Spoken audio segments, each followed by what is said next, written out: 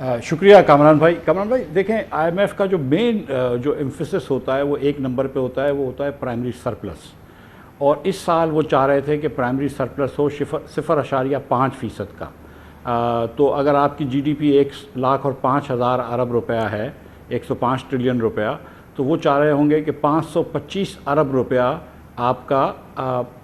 Primary surplus ہو۔ اس کے سامنے آپ نے جو پروجیکٹ کیا ہے وہ 370 کیا ہے، تو 145 ارب روپے کا یا 155 ارب روپے کا اس وقت فرق ہے جو IMF چاہ رہا ہے اور جو آپ نے ابھی پروجیکٹ کیا ہے، ایک پہلی بات۔ اس کے بعد دوم یہ کہ آپ نے تنخواہیں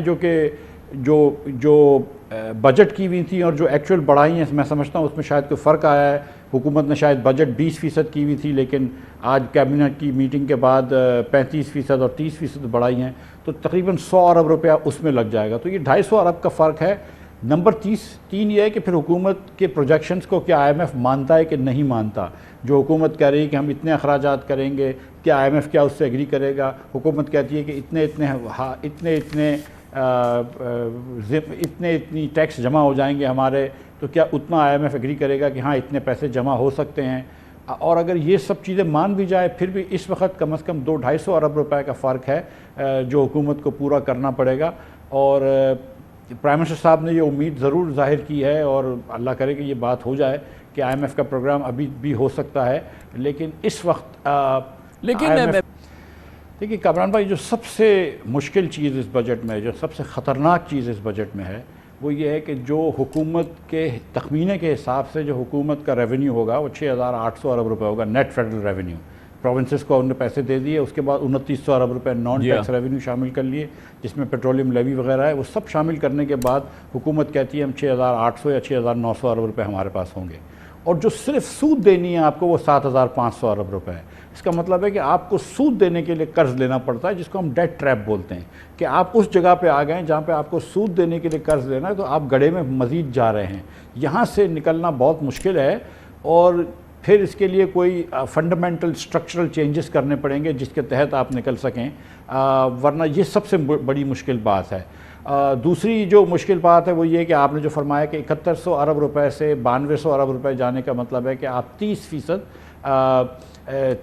آپ ٹیکس ریونیوز جمع کریں گے۔ اگر 20% انفلیشن ہے اور پورا انفلیشن کا افیکٹ بھی آ جاتا ہے تو بھی 20% ہوتا ہے، گروتھ اگر 3% لگائیں تو 23% ہوتا ہے، تو اگلے 7% کہاں سے آ رہے ہیں؟ اس میں کتنے نئے ریونیو میجرز ہیں اور اس کا کیا امپیکٹ ہوتا ہے؟ جو آپ نے یہ بات بتائی ہے 0.6% کی وڈرول کے اوپر کیش کی، یہ پہلے بھی ہو چکا ہے اور آپ کو پتہ ہے کہ اس کا کیا انجام ہوا تھا۔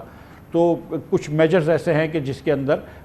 مشکلات ہوں گی حکومت کو، لیکن جو 2 بڑے ہیڈز ہیں، وہ ایک ہیڈ ہوتا ہے پیٹرولیم لیوی کا، کہ جو 50 روپے حکومت آپ سے فی لیٹر پیٹرول یا فی لیٹر ڈیزل لیتی ہے، اس کے لیوی کا ٹیکس ہوتا ہے۔ تو اگر سمجھ لیجئے کہ 1.5 بلین لیٹر استعمال کرتے ہیں تو ہمیں 75 بلین روپے حکومت کو مل جاتے ہیں، جو سال میں جا کے آپ کو 900 ارب روپے تک ہو جاتے ہیں۔ ایک تو یہ ہو گیا۔ دوسرا جو اس میں بڑا ہیڈ ہے وہ اسٹیٹ بینک کے پروفٹس ہوتے ہیں۔ اسٹیٹ بینک خود حکومت کے 7,000 ارب روپے کا قرض اسٹیٹ بینک نے دے چکی ہے، تو 7,000 ارب روپے پہ حکومت جو ہے وہ اسٹیٹ بینک کو قرض دیتی ہے۔ اور دوسرا جو آپ بینکوں سے قرض لے رہے ہیں آج کل، وہ بینکوں کے پاس پیسے نہیں ہوتے، وہ اسٹیٹ بینک سے پہلے قرض لیتے ہیں اور پھر بینکوں کو دیتے ہیں۔ تو اسٹیٹ بینک کو بینکوں سے بھی جو ہے وہ 12 کھرب روپیہ 12 ٹریلین روپے اسٹیٹ بینک کا بینکنگ سیکٹر میں دیا ہوا ہے، تو اسٹیٹ بینک کو وہ پروفٹ ملتا ہے۔ تو اسٹیٹ بینک کے جو پروفٹس ہوتے ہیں وہ ٹرانسفر ہوتے ہیں۔ اس میں پچھلے قانون کے مطابق رول چینج ہو گیا کہ اسٹیٹ بینک آڈٹ کرا کے دیتی ہے، تو جو پچھلے سال کا پروفٹ تھا میرے خیال سے 1,200 ارب روپیہ، وہ اس سال دے دے گی اسٹیٹ بینک کا۔ مجھے نہیں پتا کہ پیچھے جا کے ریٹروسپیکٹیولی 5 سال پرانا ٹیکس لے سکتے ہیں آپ، میرا نہیں خیال ہے کہ یہ ہمارے جو عدالتیں ہیں اس ٹیکس کو چلنے دیں گی۔ تو ادر انکم کا ٹیکس تو میرے خیال سے FBR کا شوق ضرور ہو سکتا ہے، لیکن یہ پورا نہیں ہوگا کہ آپ 50% پیچھے جا کے ٹیکس لے لیں۔ نمبر 1۔ نمبر 2، جو آپ نے باتیں کی ہیں کامران بھائی وہ ایک دم بجا ہیں کہ بہت زیادہ ٹیکس ہے، لیکن اس وقت میں آپ سے گزارش یہ کروں گا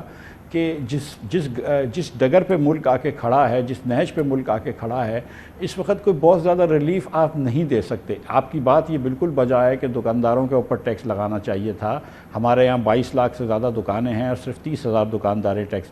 ٹیکس دیتے ہیں، یہ بات بالکل بجا ہے۔ آپ کی بات یہ بھی آئی تھنک صحیح ہے کہ پراپرٹی اونرز جو کہ جن کی کوئی اتنی ویلیو ایڈیشن نہیں ہوتی پراپرٹیز کی، اس کے اوپر بھی ٹیکس ہونا چاہیے۔ اور میں یہ بھی کہوں گا کہ ایگریکلچر انکم پہ بھی صوبوں کو مزید ٹیکس جمع کرنا چاہیے، اس میں کوئی ڈاؤٹ نہیں ہے۔ اور میں یہ بھی سمجھتا ہوں کہ بسپ کے اندر تھوڑے سے پیسے آپ اور بھی لگا سکتے ہیں، اور ساتھ ساتھ میں یہ بھی گزارش کروں گا کہ جو پی ایس ڈی پی اور اے ڈی بی کے اندر ایم این ایز اور ایم پی ایس کے پروجیکٹس ہوتے ہیں، اگر اس پہ تھوڑی سی نظر ثانی کر لیں اور اس کو تھوڑا سا اگر ہلکے ہاتھ رکھ لیں تو وہ بھی کوئی بری بات نہیں ہوگی، کیونکہ اگر آپ منحاص القوم سب کا بیلٹ بانڈ ٹائٹ کر رہے ہیں، غریب لوگوں کو بھی 35% مہنگائی کا سامنا کرنا پڑ رہا ہے، تو پھر یہ بھی کہہ سکتے ہیں کہ ہمارے جو مقتدر لیجسلیٹرز ہیں وہ بھی تھوڑا سا اپنے پروجیکٹس کو کم کریں۔ تو کہیں کہیں گنجائش ہے جس کو ہم کر سکتے ہیں، اور اگر مجھے لگتا ہے کہ اگر آئی ایم ایف سے کچھ بات ہوگی تو اگلے ہفتے میں تھوڑی بہت بات ہوگی آئی ایم ایف سے، وہ بھی اپنا پوائنٹ آف ویو رکھے گی، تو یہ کچھ ایسے ایریاز ہیں جہاں پہ کچھ اخراجات کم ہو سکتے ہیں۔ اور سر آئی ایم ایف نے دو باتیں کی ہیں جو سبسٹینشل ہیں، ایک تو یہ کہ جو حکومت پاکستان کو کرنی تھیں چیزیں وہ میرے خیال سے کر چکی ہے، جو میں نے آپ سے گزارش کری کہ 200 ارب روپے کا شاید فرق رہتا ہے اس بجٹ میں۔ جو دوسری بات جو زیادہ ضروری ہے وہ ہے کہ $6 بلین ہمیں جمع کرنے ہیں، اس میں سے ہم 4 جمع کر چکے ہیں، 2 نہیں کر پائے۔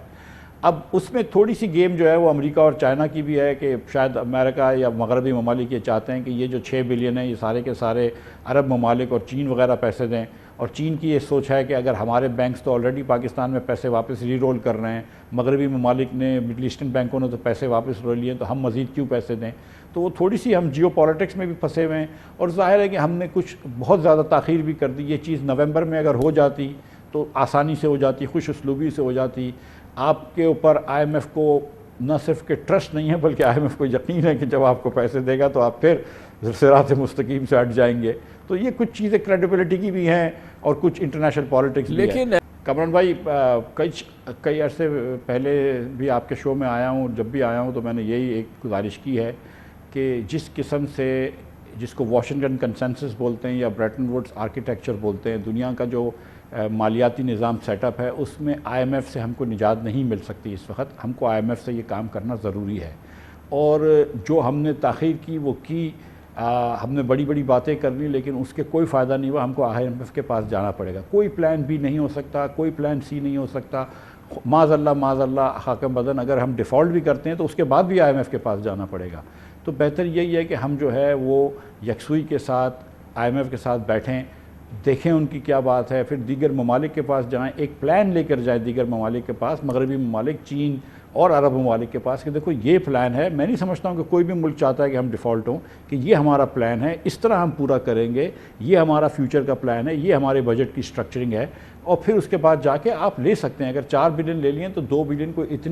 اتنی کوئی انہونی بات نہیں ہے، اتنی مشکل بات نہیں ہے۔ میرے خیال سے پاکستان جتنے ضرور امپورٹنٹ ملک کو ہو جانا چاہیے، میں سمجھتا ہوں کہ تھوڑی سی یہاں پر ہماری کلیئرٹی ہونی چاہیے کہ آئی ایم ایف کتنا ضروری ہے۔